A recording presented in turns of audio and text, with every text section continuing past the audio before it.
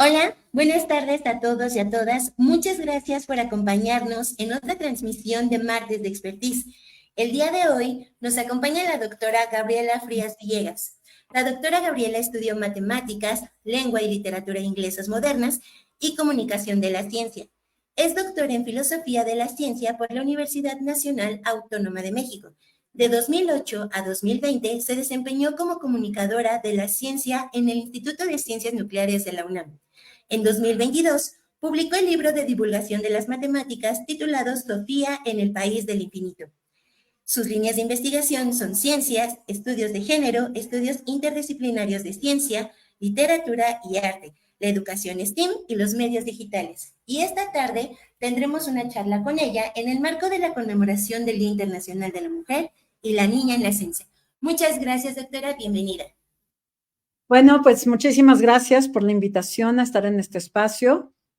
Creo que en la presentación faltó decir que yo ahora soy miembro del Programa Universitario de Derechos Humanos, donde ya llevo 2 años haciendo investigaciones sobre pues, todos los puntos de contacto entre la ciencia y la sociedad y cómo nos afecta a todos el desarrollo de la ciencia en diferentes ámbitos de nuestra vida. Bueno, pues como ustedes saben, se celebró el viernes pasado, 11 de febrero, el Día de la Mujer y la Niña en la Ciencia.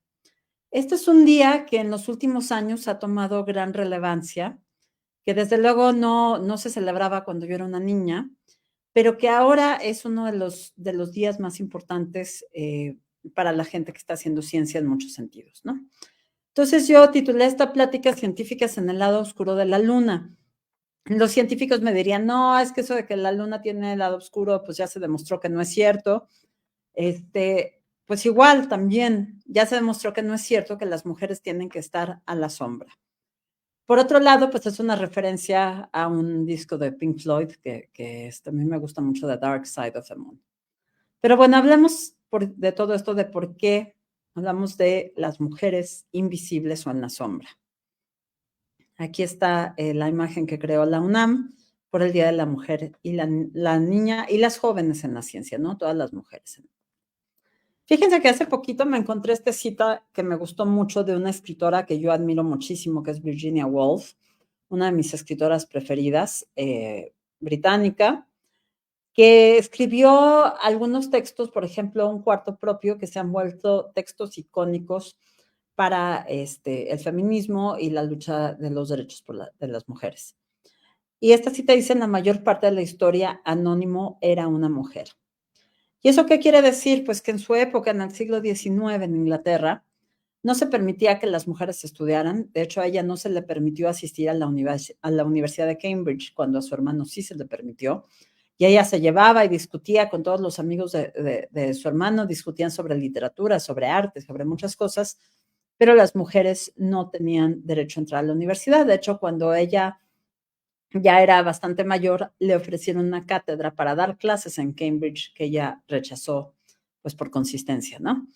Y entonces, pues ella anotaba en sus textos que, pues las mujeres muchas veces tenían que escribir de manera anónima. De hecho, hay muchísimos casos de mujeres como George Eliot, como las hermanas Bronte, que usaban seudónimos masculinos, y también las mujeres científicas de la época, por ejemplo, Sophie Germain, que se ponía el nombre de Monsieur Leblanc, un nombre masculino, para que les permitieran, pues, difundir los resultados de sus investigaciones, ¿no?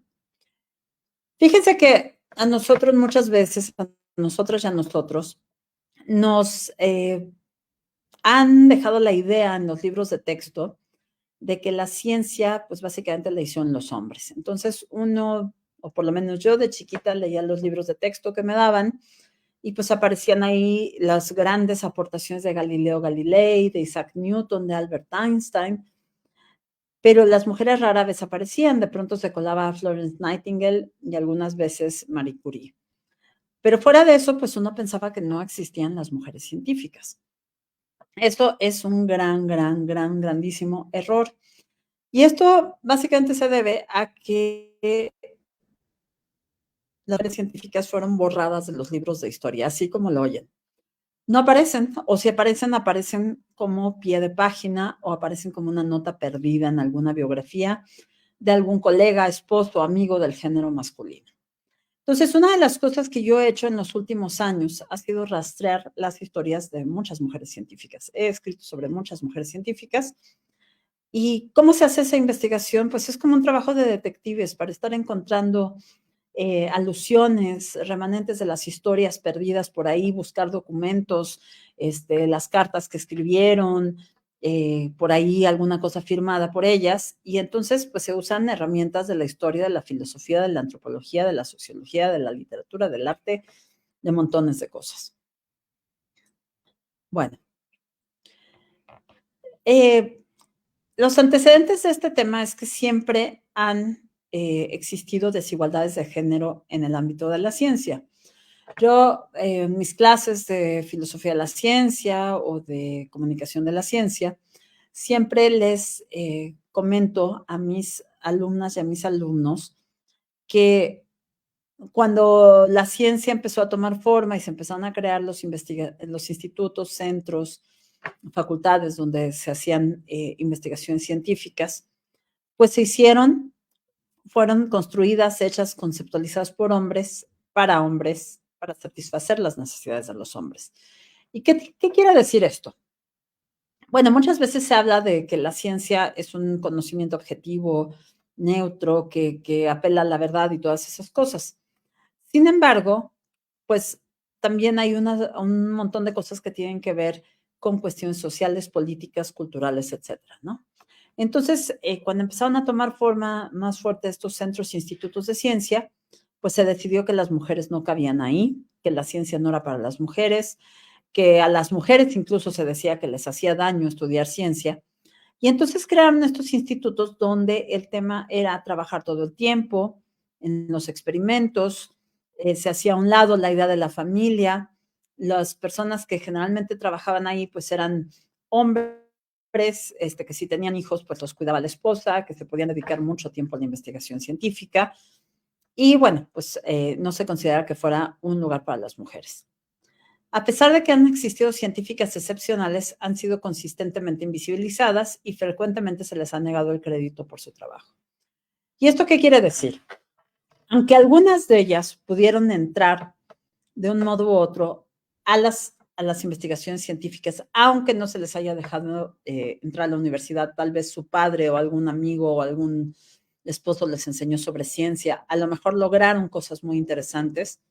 Sin embargo, aunque las lograban, básicamente no se les daba reconocimiento, no se les publicaban sus cosas o se publicaban con el nombre de alguien más y se les negaba el crédito por su trabajo. Pasó muchas veces en la historia de la ciencia que un hombre y una mujer estaban trabajando juntos en un mismo tema, en el mismo laboratorio, haciendo las mismas cosas y el premio Nobel se le da a los hombres y no a las mujeres o el reconocimiento. Vamos a hablar de un par de ejemplos históricos. Yo tengo muchísimos ejemplos que he trabajado, pero muchísimos. Pero pues ahorita voy a hablar nada más de un par de ejemplos históricos para que pensemos en el tema de estos, pues de estas invisibilizaciones de las mujeres científicas. Bueno, esta mujer de aquí, no sé, no le puse nombres porque quiero darles un momento para ver si alguien adivina quiénes son. Bueno, esta mujer se llamaba Ada Byron.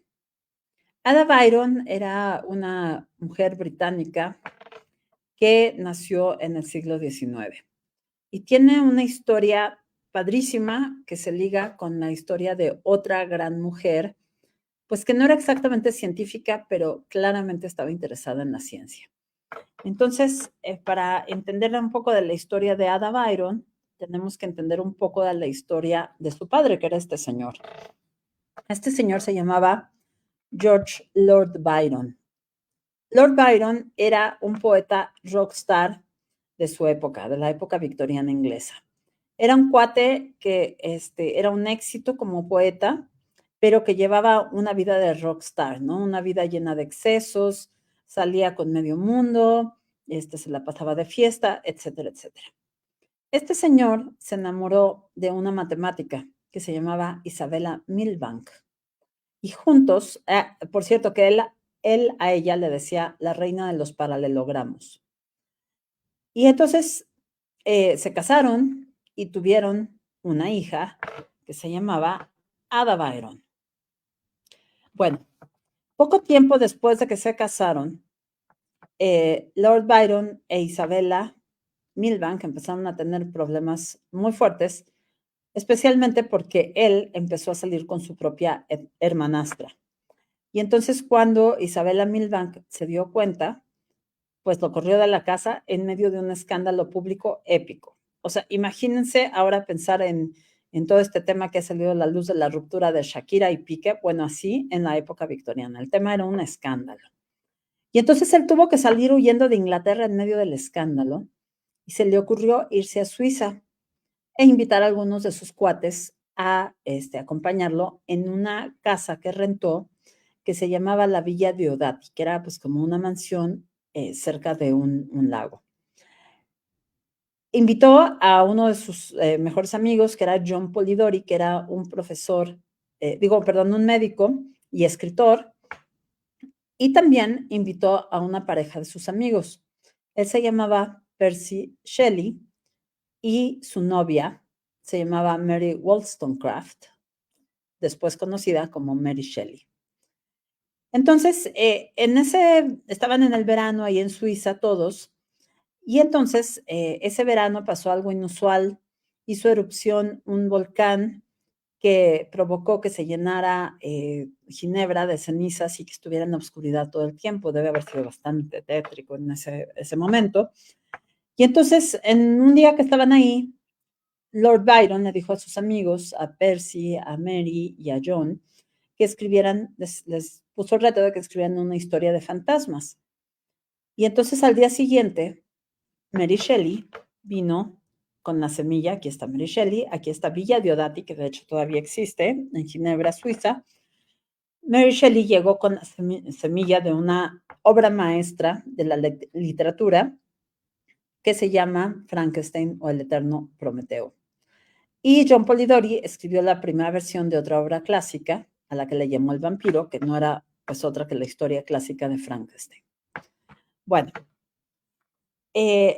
pero regresemos a la Inglaterra victoriana. Entonces aquí dejamos al padre de Ada Byron, que se fue al continente. Ahora regresemos a Ada Byron y a su mamá, Isabella Milbank. Isabella Milbank no quería saber nada del papá de Ada Byron.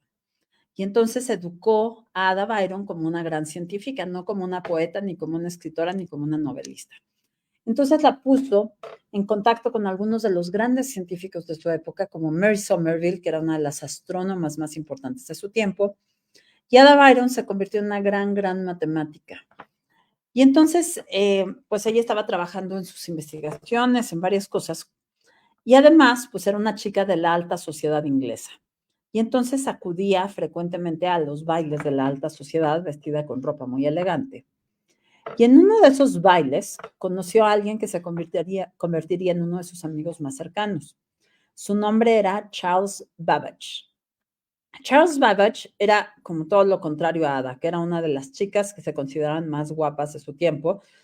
Pues era la hija de Lord Byron, que se consideraba también un hombre muy atractivo. Y entonces conoce a este señor, a Charles Babbage, que era un viejito gruñón, básicamente. Los recuentos dicen que era un viejito gruñón porque no le gustaba la música, porque odiaba las fiestas, pero era un inventor muy interesante. Entonces, Charles Babbage le contó a Ada Byron que estaba trabajando en tratar de construir una especie de gran calculadora, porque en esa época pues no había calculadoras, todos los cálculos de los contadores y todo esto se tenían que hacer a mano. Y entonces estaba tratando de hacer una máquina que pudiera hacer cálculos complicados. Y a esa máquina le llamó la máquina diferencial. A Ada le encantó la idea, le pareció fabulosa, y entonces trató de ayudar a su amigo a conseguir financiamiento para construir la máquina, que de hecho no la pudieron construir en la vida de ninguno de los dos. Pero pasó algo fabuloso. Fíjense que Ada, a partir de esta máquina diferencial, propuso el primer algoritmo de cómputo de la historia para esta máquina, es decir, el primer programa de la historia, y además, en un texto que escribió muy interesante, planteó la idea de que estas máquinas diferenciales no tendrían que ser solo para hacer cálculos, sino también para hacer música y para hacer pintura y para muchas otras cosas. Básicamente, Ada Byron planteó la idea de la computación moderna. Esta máquina diferencial, que esto es un modelo que se construyó muchos años después para algún museo, probablemente está en un museo británico. Esa máquina y esas ideas fueron la semilla de la computación moderna, y Ada Byron fue nada más y nada menos que la primera programadora de la historia, y muy poca gente sabe de eso. Bueno, otro ejemplo es, que va como por la misma línea, es esta mujer que, si la ven tranquilamente, parece estrella de cine de la época de mi abuelita, ¿no? De principios del siglo pasado, bueno, cuando empezaba el cine. Su nombre era Hedy Lamarr. Hedy Lamarr era una mujer de origen austríaco que desde muy pequeña sobresalió porque tenía una gran belleza, ¿no? Todos los recuentos dicen que era una mujer muy, muy hermosa. Y entonces su historia es muy interesante porque a ella le llamaba mucho la atención el cine, y entonces, por primera vez, perdón, actuó en una película que se llamaba Éxtasis. Y entonces en esa película, Hedy Lamarr protagonizó el primer desnudo en la historia del cine, o sea, de cualquier película, ¿no? ¿Qué pasaba? Pues lo único que pasaba es que era una filmación de mala calidad donde ella aparecía corriendo desnuda en un jardín, ¿no? No era nada muy emocionante. Sin embargo, en su época causó una enormísima, pues, exaltación, y las buenas costumbres, las gentes con que querían buenas costumbres de la época dijeron que qué escándalo, etcétera, etcétera. Y bueno, se hizo muy famosa con esa película. Se enamoró, bueno, y el de ella, de un general que estaba interesado en las armas, y se casó con él. Primero estaba muy enamorada, el cuate era un millonario, pero después resultó que el marido era bastante violento y que no quería que nadie la volteara a ver. Entonces la tenía encerrada y compró todas las copias de su película Éxtasis para que nadie, excepto él, las viera con toda la calma, pero nadie más. Bueno, pues ella lo que el marido quería que hiciera era sentarse a las fiestas, o sea, organizar fiestas para los amigos del esposo, que eran pues gente que desarrollaba armas y gente del ejército, y que se quedara calladita y escuchara nada más, ¿no? Bueno, a Hedy no le gustaba nada esa vida, entonces ideó un plan para escaparse y cambió su ropa con la ropa de la señora que era su asistente, y entonces disfrazada se fue a un barco, tomó un barco hacia Estados Unidos.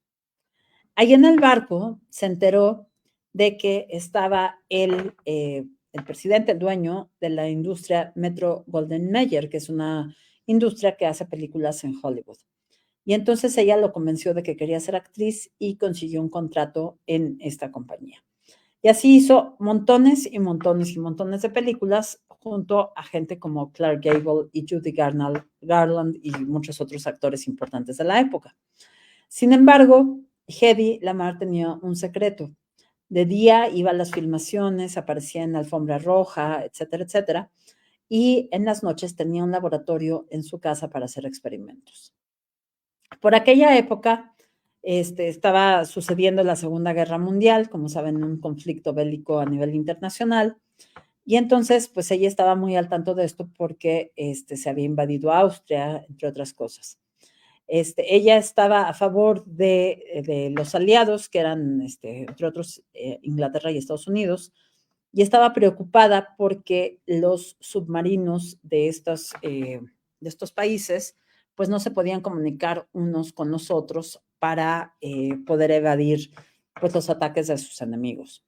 Y entonces, junto con un amigo pianista, Hedy Lamarr ideó un sistema para que estos submarinos se comunicaran sin que esta comunicación fuera interceptada. Pues resulta que ese invento es lo que se conoce ahora como Wi-Fi o como Bluetooth. Entonces, estos sistemas Wi-Fi y Bluetooth vienen directamente del sistema de Hedy Lamarr. Bueno, Hedy Lamarr nunca consiguió que le pagaran por su descubrimiento, ya que estaba muy viejita. En el ejército de Estados Unidos hizo una ceremonia para pues, darle como un diploma, un agradecimiento por haber descubierto el Wi-Fi. Pero fíjense qué cosa terrible. Pues ya era una señora grande y ella sentía que ya no se veía igual de guapa que antes, que estaba arrugada y no quería que nadie la viera así. Así que mandó a su hijo a la ceremonia y ella nunca pues recibió en persona el reconocimiento que se merecía por uno de los grandes inventos junto con la computación moderna, que es lo que ahorita en este instante nos permite comunicarnos. Y yo les aseguro que por lo menos no conocían alguna de ellas, ni a Ada Byron, ni a Hedy Lamarr. Bueno, vamos a hablar de otros ejemplos históricos. Esta mujer se llama Jocelyn Bell Burnell. Jocelyn Bell Burnell es uno de los casos icónicos de falta de reconocimiento por el trabajo de una mujer. Jocelyn Bell Burnell era una irlandesa que se convirtió en estudiante en la Universidad de Cambridge, que es una de las más importantes del mundo. En esta universidad, ella empezó a trabajar con un asesor que se llamaba Anthony Hewish. El señor Anthony Hewish estaba interesado en investigar las señales que se podrían detectar a partir de radiotelescopios de eventos muy violentos en el universo, por ejemplo, el choque de dos agujeros negros o la explosión de una estrella, alguna cosa así, ¿no? Una supernova. Y entonces puso a la alumna Jocelyn Bell a revisar qué resultados obtenía al tratar de detectar estas señales. Bueno, pues resulta que Jocelyn Bell, cuando entró a la Universidad de Cambridge, que es una de las, como les dije, más importantes del mundo, ella pensó que era una impostora, o sea, estaba segura de que todo el mundo era más listo que ella y que en algún momento se iban a dar cuenta de que ella no era tan lista como los demás. Entonces tenía que trabajar mucho más que todos para merecer estar ahí, ¿no? Y entonces se puso a investigar las señales de estos radiotelescopios y en algún momento encontró la señal de un pulso muy regular, que era algo así como pip, pip, pip. Entonces, cuando se dio cuenta de esto, fue con su asesor y le dijo, encontré un pulso muy regular de las señales de los radiotelescopios. Y entonces ella dijo, creo que podría ser el producto de la señal de una inteligencia extraterrestre, perdón. Por ejemplo, unos enanitos verdes. El asesor se rió de ella y entonces le dijo, sigue investigando y cambia de lado el radiotelescopio para obtener señales de otras partes del cielo. Pues resulta que Jocelyn Bell hizo eso y encontró otros pulsos regulares. Ahora sí le empezó a creer el asesor, pues resulta que ella había descubierto un nuevo tipo de estrellas que no se conocían, que ahora se llaman pulsares. Se llaman pulsares por estos pulsos y son una especie de faros cósmicos que envían señales periódicas hacia ciertas direcciones. Entonces, esto fue un boom mediático, se les hicieron muchas entrevistas, publicaron un artículo donde el nombre del autor principal del artículo era nada más y nada menos que el nombre del asesor de Jocelyn Bell Burnell. Por este descubrimiento le dieron el premio Nobel a Anthony Hewish y a Jocelyn Bell Burnell le dieron absolutamente nada. Bueno, en fechas recientes, fíjense que a mí me tocó conocer a Jocelyn Bell Burnell. Vino a la Ciudad de México hace un par de años, bueno, antes de la pandemia, y justo poquito antes le acababan de entregar un premio que se llama The Breakthrough Prize por este descubrimiento. Cuando uno o alguien gana el premio Nobel, pues les dan como $1 millón de reconocimiento. Pues con este premio de Breakthrough Prize, a Jocelyn Bell le dieron $3 millones para agradecerle, para hacerle justicia por su reconocimiento. Y en la ceremonia donde agradeció este premio, dijo que el dinero lo iba a donar para que las mujeres, para que las chicas jóvenes pudieran estudiar ciencia.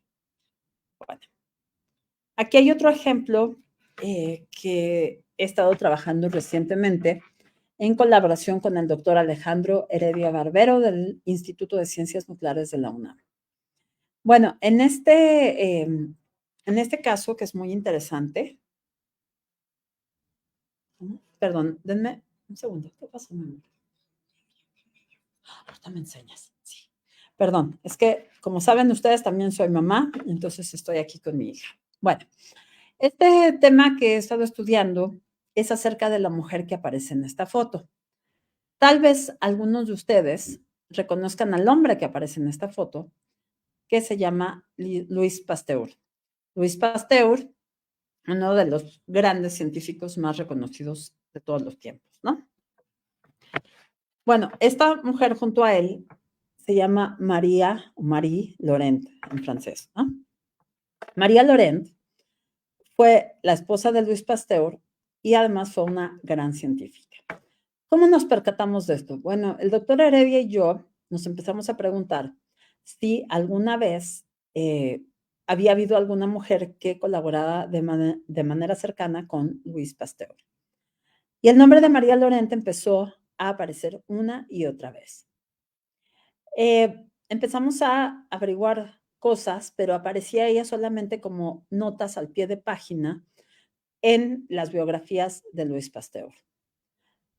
Después empezamos a investigar más y encontramos una biografía que escribió René Valéry Rodot, que era el yerno de la pareja, o sea, se había casado con su hija, ¿no? Y entonces en esta biografía se hablaba de María Laurent, se habla de María Laurent como una mujer brillante, muy, muy inteligente, que leía todos los textos de las sociedades, de las academias científicas de su época. Y además hablaba de ella, Valéry Rodot, como una secretaria brillante. Es decir, en estos textos aparecía que María Laurent era, pues básicamente, la persona encargada de transcribir todos los textos de Louis Pasteur. Conforme investigamos más el tema, fue más interesante porque pues encontramos como varias evidencias, varias cosas que nos sugerían que Marie Laurent fue mucho más que una secretaria. De hecho, fue la coautora y la coinvestigadora, la compañera del laboratorio de Louis Pasteur, que trabajó con él pues muy de cerca en varios de sus trabajos. Por ejemplo, el de investigar el modo en que se polarizaba la luz en los cristales de ácido tartárico, o, por ejemplo, el hecho de que había en aquel tiempo una epidemia que estaba matando a los gusanos de seda en Francia. Y esta epidemia era algo que no podían explicar, pero estaba terminando con la industria de la seda, que es una cosa que deja muchos millones de pesos en Europa, o de dólares o de euros, ¿no? Entonces la pareja fue a investigar esto y María Laurent fue la encargada, y ahí sí aparecen todos los recuentos históricos, de revisar cada uno de los gusanitos. Encontró que tenían unas manchitas cafés, y entonces eso era evidencia de una enfermedad que descubrieron ellos que estaba causada por una bacteria y también por las hojas de moreira. Pero la encargada de revisar, de clasificar, de observar a todos los animalitos, los insectos, pues era ella. Más o menos por esa época, cuando estaban haciendo esa investigación, pasó algo que poca gente sabe acerca de Pasteur.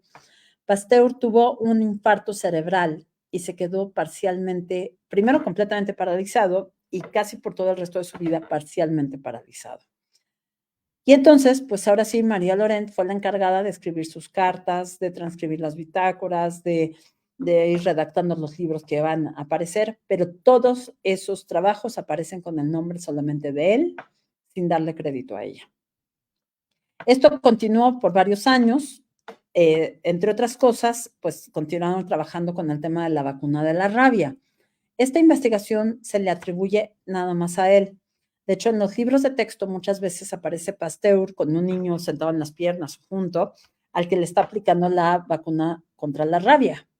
Bueno, pues resulta que encontramos los recuentos de la primera persona que recibió la vacuna contra la rabia y que fue un joven al que mordió un perro rabioso. Y en el recuento del joven aparece toda la historia de cómo María Laurent le aplicó las inyecciones o la inyección de la rabia y lo estuvo cuidando durante todo su, pues el periodo de curación, ¿no? Su convalecencia. El joven dice que nunca vio a Luis Pasteur. No quiere decir que él no haya hecho las cosas, o sea, que no haya investigado y que no haya contribuido a estas cosas. Pero lo que sí quiere decir es que María Laurent era, pues también una colaboradora que debería tener el mismo reconocimiento que él. Después de un tiempo, pues Pasteur siguió bastante mal. Marie Laurent empujó muchísimo para que se creara un Instituto Pasteur, pidiendo financiamiento, pidiendo apoyo de distintos lugares. Finalmente se logró construir el lugar y Luis Pasteur se hizo una inauguración. Luis Pasteur ya estaba muy mal, no pudo hablar en la inauguración. Su hijo mayor lo acompañó a la inauguración y él leyó el discurso. ¿Dónde creen que estaba María Laurent? Pues en su casa, porque en esa época no se permitían mujeres en esos eventos. La pareja se mudó a vivir al Instituto Pasteur y en el Instituto Pasteur pues se nombró a Luis Pasteur como el primer director, pero Pasteur ya casi no podía moverse. Se la pasaba todo el día sentado afuera en el jardín viendo pasar a la gente y María Laurent era la directora de facto que dirigía todos los experimentos del Instituto Pasteur. Y bueno, ella continuó haciendo esto hasta después de la muerte de él. Él le dejó toda su fortuna a ella y continuó trabajando en estas cosas, los experimentos que hicieron juntos hasta su muerte. Hasta la fecha no se le ha dado reconocimiento a María Laurent por su trabajo. Y de hecho, mucha de esta investigación la pudimos hacer gracias a que escribimos al Instituto Pasteur, el doctor Heredia y yo, y ellos nos facilitaron las bitácoras del laboratorio y algunos textos de las cartas originales de la pareja. Bueno, no quisiera dejar de hablar de mujeres importantes en la ciencia, recordando a una mujer ejemplar, Sor Juana Inés de la Cruz, que, pues como ustedes saben, o espero que hayan escuchado, también estuvo muy interesada en la ciencia. Como saben, ella prefirió tomar los hábitos de monja para poder estudiar. Escribió muchísimas cosas interesantes. Estaba al tanto de pues, lo que estaba sucediendo en su época en términos históricos, de literatura, de ciencia. Y de hecho, tenía debates muy interesantes con Carlos Sigüenza y Góngora, por ejemplo, acerca de los cometas. Hace muy poquito fuimos a ver una ópera donde se habla de este debate sobre los planetas entre Sor Juana Inés de la Cruz y Carlos de Sigüenza y Góngora, una obra padrísima también, ¿no? Y otro lugar donde se ven las alusiones a la ciencia, a los planetas, a la astronomía, es en el poema magistral de Sor Juana que se llama Primero Sueño. Es un poema, de hecho, bastante complicado. Bueno, hemos visto muchos casos de mujeres a las que se les ha negado el reconocimiento, a las que se les ha negado el lugar que merecen como grandes científicas. Y bueno, este fenómeno se llama el efecto Matilda de la ciencia, es un término sociológico. Es el fenómeno en que se suprime o se invisibiliza la contribución de las mujeres en el desarrollo de los inventos o la investigación y se le da el crédito por dicha labor a sus colegas del género masculino. Eso se llama como efecto Matilda de la ciencia y se llamó así en honor a Matilda Joslyn Gage, una activista del sufragio de las mujeres que vivió a finales del siglo XIX en Estados Unidos y que fue una de las primeras mujeres en denunciar dicho fenómeno. El efecto Matilda en la ciencia ha sido documentado en numerosas ocasiones y a partir de dichos estudios se creó el movimiento No More Matildas para recuperar a las figuras olvidadas por la historia de la ciencia para llevarlas a los libros de texto, para que despierten con su ejemplo sus hallazgos y aportaciones la vocación científica de todas las niñas que a las que hasta hoy se les ha hecho creer que la ciencia es cosa de hombres. Bueno, pues es que eso es un fenómeno que vemos una y otra vez y vale la pena hablar de esto en el Día de la Mujer y de la Niña en la Ciencia. Hay un experimento que se empezó a hacer en los años 80 y que de hecho hemos repetido aquí en México, en el que se le pide a un grupo de niños y niñas que dibujen a una persona que haga ciencia, ¿no? En inglés es draw a scientist. En inglés no se especifica el género. En español uno dice dibuja a una persona que haga ciencia. Y pues los niños dibujan cosas parecidas a estas, ¿no? Alguien con el pelo alborotado, con una bata de laboratorio, con aparatos donde hay explosiones, tiene una cara de alguien un poco loco. Ese es el estereotipo clásico de una persona que hace ciencia, ¿no? Tipo Albert Einstein con su pelo alborotado, ¿no? Fíjense que se ha encontrado que muy pocas veces se dibuja a niñas en estos experimentos.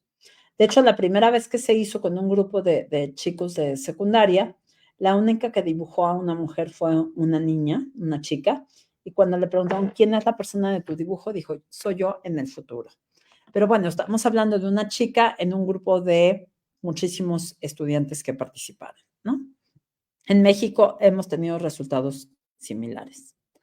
Fíjense que hay una problemática fuerte acerca de que se nos ha convencido de que las mujeres no estamos hechas o no somos aptas o lo que sea para la ciencia, ¿no? Fíjense, a partir de los 6 años, que es la edad que tiene mi hija, que se acercó hace ratito, las niñas creen que son menos capaces para la ciencia que los niños. Cuando se han hecho experimentos en grupos de adolescentes, por ejemplo, y se les pregunta quién es el más listo para la ciencia de este grupo, siempre eligen a un chico, a alguien del género masculino, ¿no? También se han hecho estudios en los que se demuestra que los profesores tienden a calificar peor a las niñas que a los niños en los exámenes de matemáticas y que impulsan más a los niños para que estudien cosas de ciencia.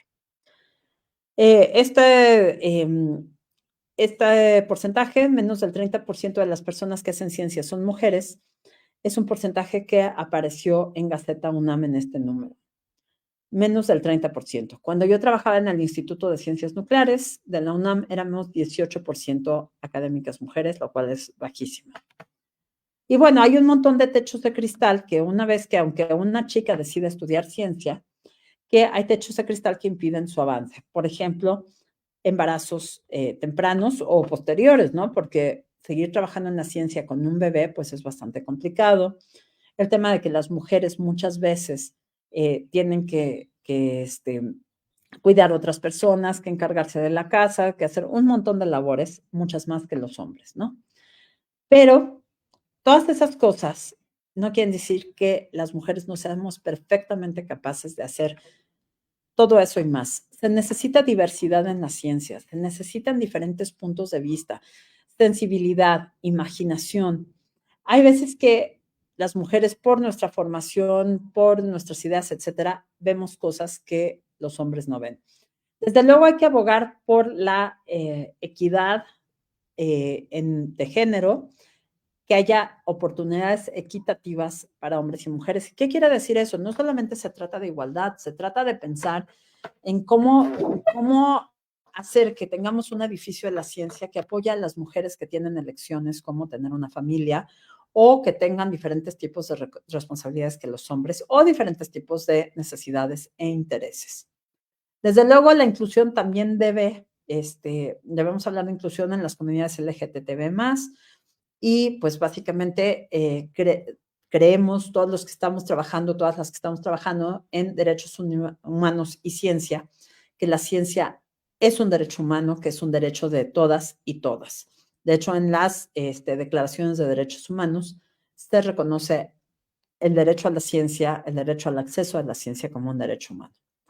Así que, pues la ciencia es cosa de chicas, hay que recordarlo siempre. Y bueno, pues con esto voy a terminar por el momento para tomar algunas preguntas, dudas, comentarios, si es que hubiera algo. Muchísimas gracias.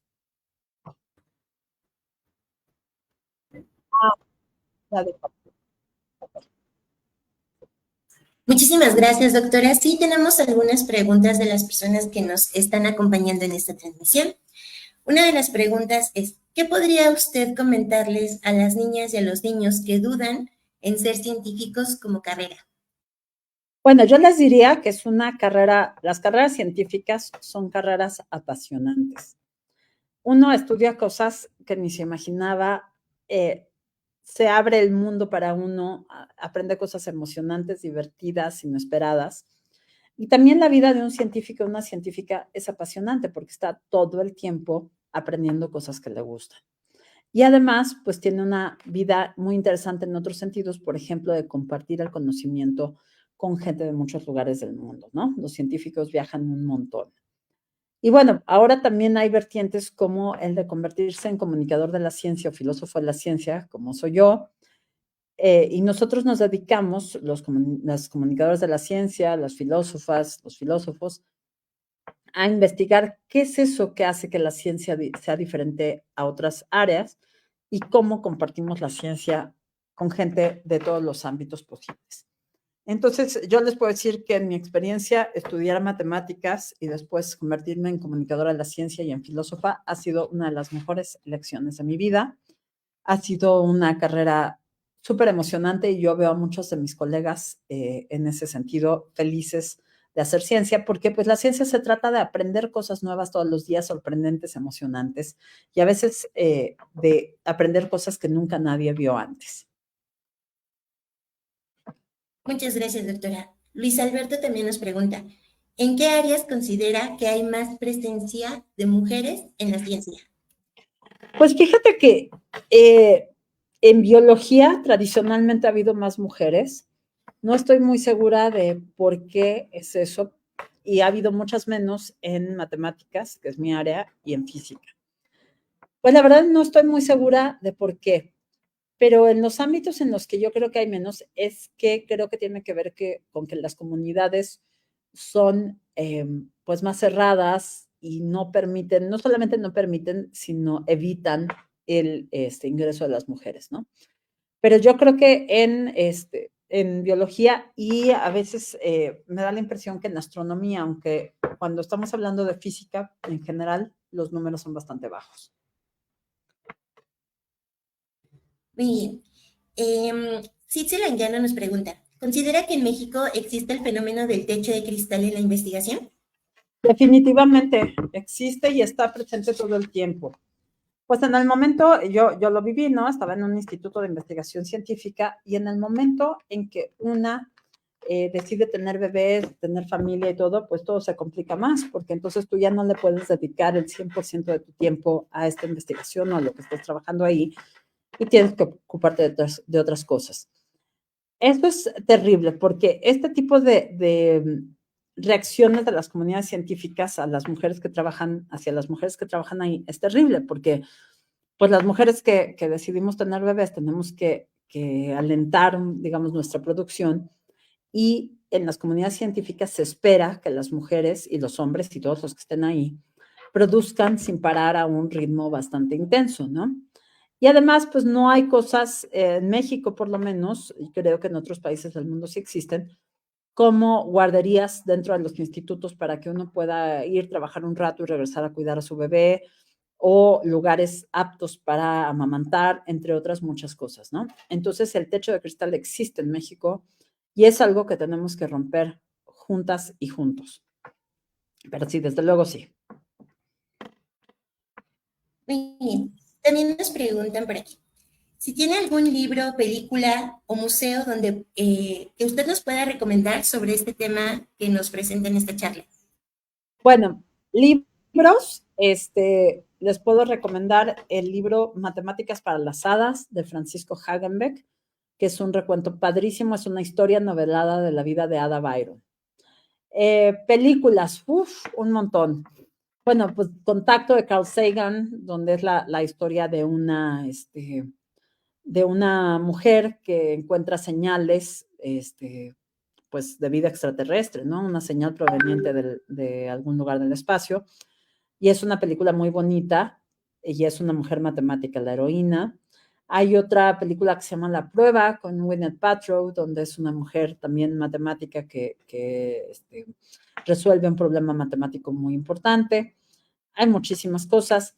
Museos, pues fíjense que de vez en cuando hay exposiciones donde pues se sacan estos perfiles de mujeres científicas a la luz.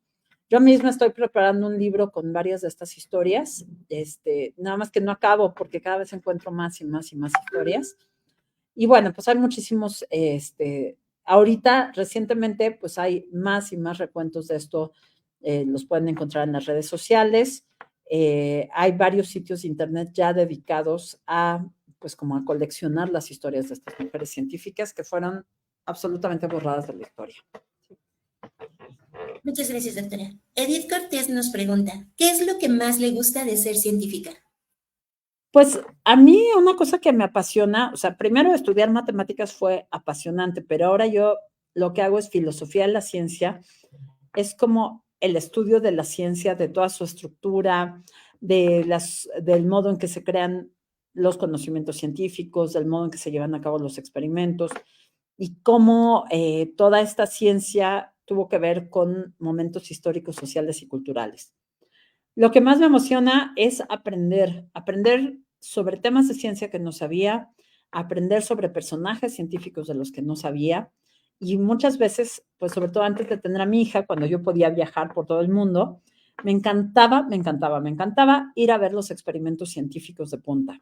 Y tuve la oportunidad de ir a visitar el CERN, el laboratorio Piaget, la NASA, entre muchos otros lugares interesantes. La verdad es que es súper emocionante estar cerca de la ciencia. Muchas gracias, doctora. Citlali Santillán, Karen Cortés y Alma Soto le mandan felicitaciones por esta excelente charla que nos está brindando. Y Alma también nos pregunta si hay algún podcast de ciencia que nos pueda recomendar. Uy, así de memoria, no, sé que hay varios. Yo la verdad, más que escuchar podcast, soy de leer muchísimo. Entonces, pues tendría que preguntarle a mis alumnos y seguramente varios de mis alumnos sí escuchan podcasts y pues les voy a postear algunos de esos si ustedes quieren en Twitter. Mi Twitter es @gavilla con B chica y doble L. Y entonces, pues, puedo pedirles algunos consejos sobre podcast de ciencia, canales de TikTok y de YouTube.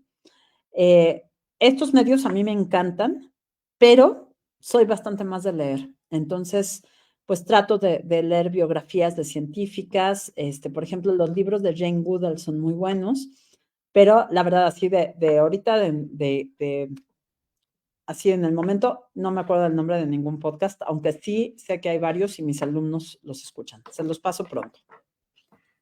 Muchas gracias, doctora. También nos preguntan, si en la infancia no tuvimos un acercamiento a las ciencias porque nos decían que eran muy difíciles, ahora de adultos, ¿cómo podemos tener un acercamiento?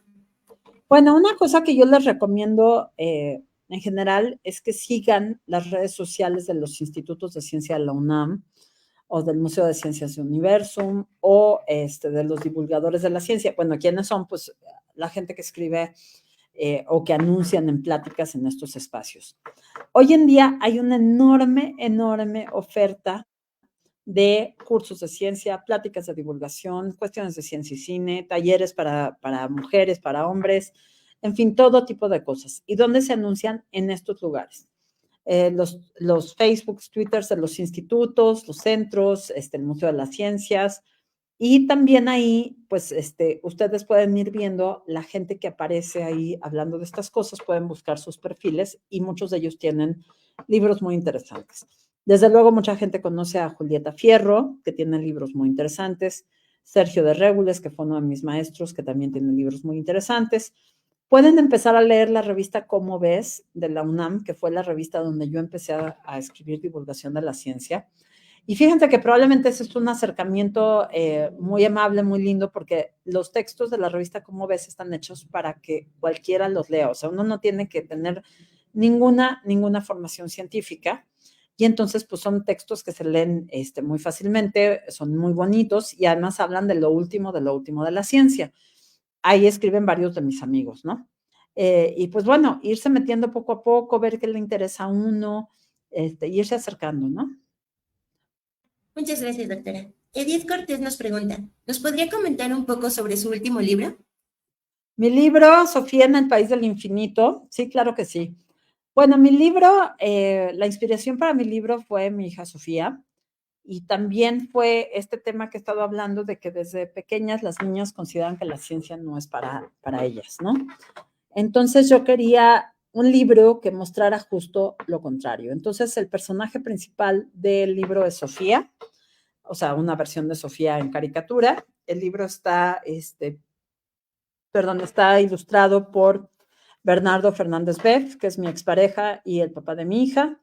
Y bueno, pues la idea de este libro es que la niña viaja al país de las matemáticas. Para mí esto es algo muy importante porque muchas veces la gente habla de las matemáticas como algo aburrido, árido, difícil, que es solo para genios, no sé, cosas así, ¿no? Pero cuando yo estudié matemáticas, para mí fue como entrar a un mundo fabuloso en el que se plantean reglas diferentes y se necesita gran creatividad para resolver enigmas en esos mundos diferentes. Son mundos imaginarios, como el mundo de los escritores. Y entonces uno ve cosas fabulosas en estos mundos. Por ejemplo, el concepto del infinito. En nuestro mundo no hay nada infinito, absolutamente nada tangible que sea infinito. Sin embargo, sí nos podemos imaginar el infinito. Entonces, en ese sentido, la idea es, pues, enviar a Sofía, al personaje, a un mundo donde se valen las cosas que suceden en los mundos matemáticos y donde hay enigmas. Esta es una especie de cuento de hadas o es una historia como de estas historias medievales. De hecho, esa es la idea, porque yo estudié, después de estudiar matemáticas, estudié literatura inglesa.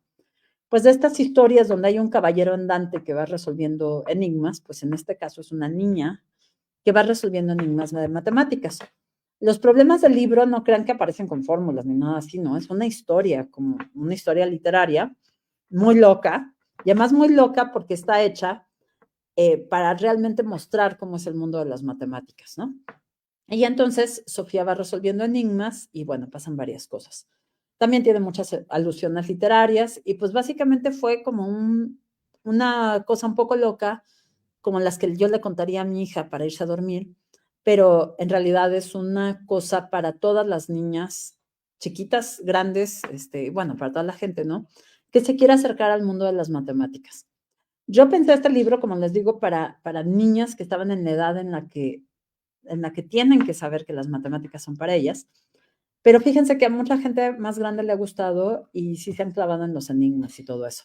Entonces, pues bueno, eso es lo que hice. Como les digo, ahorita estoy escribiendo otro libro sobre mujeres científicas y otro más sobre puntos de encuentro de literatura, ciencia y arte. Muchas gracias, doctora. Sitsi Langiano nos pregunta, ¿qué se requiere para ser divulgadora de la ciencia? Hoy se requiere, perdón, aquí está mi hija Sofía, no sé si la ven, se requiere tener pues muchas ganas de aprender sobre ciencia y se requiere también adoptar un medio. ¿Qué quiere decir adoptar un medio? Pues quiere decir aprender a escribir, a hacer videos, a hacer podcasts, algún medio de expresión para transmitir la ciencia a partir de esto. Yo creo que para ser divulgador de la ciencia, divulgador de la ciencia hay que estudiar un buen. Hay que estudiar ciencia, hay que estudiar sobre el medio y también hay que estudiar pues, algún diplomado, algún curso acerca de cómo comunicar la ciencia para que sea accesible a todos. Y eso es un reto gigantesco, porque yo he conocido a muchos científicos que son brillantes, como científicos que son grandes científicos, pero que sin embargo les cuesta muchísimo trabajo hablar de lo que hacen. Entonces ahí es donde entramos los divulgadores de la ciencia. Mi maestra Ana María Sánchez Mora dice que la divulgación de la ciencia es más cercana a la literatura que a la ciencia. ¿Por qué? Porque contamos historias científicas. Entonces, pues bueno, para empezar se necesitan muchas ganas de hacer estas cosas y pues estudiar un montón. Muchas gracias. Finalmente, nuestra última pregunta es, ¿considera que la ciencia y la tecnología les proporciona autonomía a las mujeres y por qué? Pues sí y no. O sea, ¿por qué sí?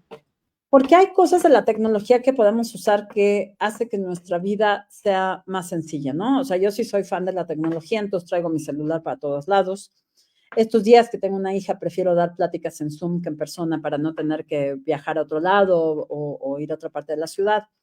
Pero hay un problema. Hay mujeres que no tienen acceso a la tecnología y eso es una brecha fuerte, es la brecha tecnológica, ¿no?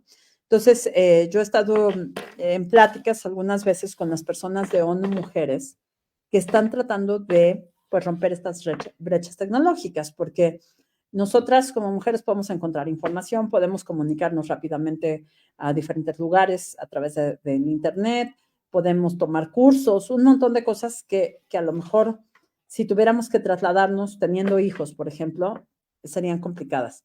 Pero es cierto que eso no ocurre desafortunadamente para todas las mujeres y creo que las brechas digitales se tienen que romper de alguna manera porque pues esto ya llegó para quedarse, ¿no? El internet, el World Wide Web son nuestros modos de aprender, de interactuar, entonces pues creo que eso es parte de los derechos humanos, que las personas tengan acceso a las herramientas tecnológicas. Muy bien, pues muchísimas gracias, doctora Gabriela. No sé si quiera decirnos algún comentario final, algo para nuestra audiencia. Sí, pues muchísimas gracias por la invitación y bueno, pues los invito a que se acerquen a la ciencia, las invito a que se acerquen a la ciencia, que recuerden que la ciencia es para todas y para todos.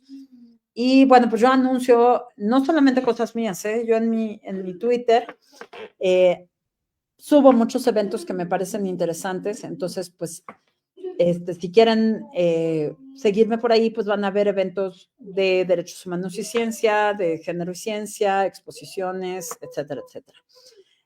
Y bueno, pues por donde sea, creo que la ciencia es importante, es una parte de la cultura, pero además es un conocimiento al que es importante que tengamos acceso porque nos permite tomar decisiones informadas sobre nuestra vida y nuestro entorno. Entonces, no veamos a la ciencia como un conocimiento ajeno, sino la ciencia es para todas y todos nosotros. Muchas gracias. Muchas gracias, doctora, y muchas gracias a todos y a todas por seguirnos en esta transmisión. Les recordamos que en Pilares tenemos un área de actividades de STEAM, área de autonomía económica, escuela de código y muchas más que buscan fomentar la autonomía en las mujeres. Nos vemos en un próximo martes de Expertise. Gracias. Muchísimas gracias. Hasta luego.